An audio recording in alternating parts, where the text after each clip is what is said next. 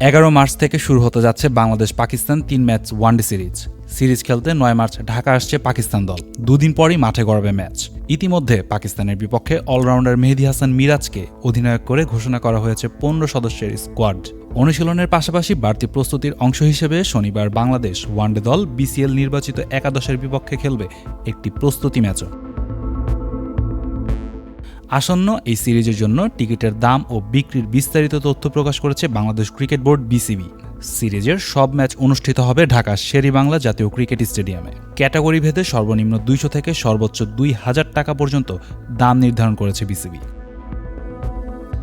Eastern গ্যালারিতে 200 টাকায় খরচেই মিলবে টিকিট। শহীদ আবু সাইদ স্ট্যান্ড ও নর্দার্ন গ্যালারির টিকিটের দাম 400 টাকা। শহীদ মুস্তাক স্ট্যান্ড ও শহীদ জুয়েল স্ট্যান্ডে খেলা দেখতে খরচ হবে 600 টাকা। ইন্টারন্যাশনাল গ্যালারি নর্থ ও সাউথে 1000 আর ইন্টারন্যাশনাল লাউঞ্জ সাউথে বসে খেলা দেখতে লাগবে 1200 টাকার টিকিট। আর গ্র্যান্ড স্ট্যান্ডের নিচ ও উপর উভয় তলার টিকিটের দাম 2000 টাকা নির্ধারণ করা হয়েছে। ম্যাচগুলোর টিকিট কেনা যাবে অনলাইনে। দর্শকরা সরাসরি তাদের পছন্দের সিট বুক করতে পারবে অনলাইন থেকেই। এর জন্য যেতে হবে www.gobcbticket.com.bd তে।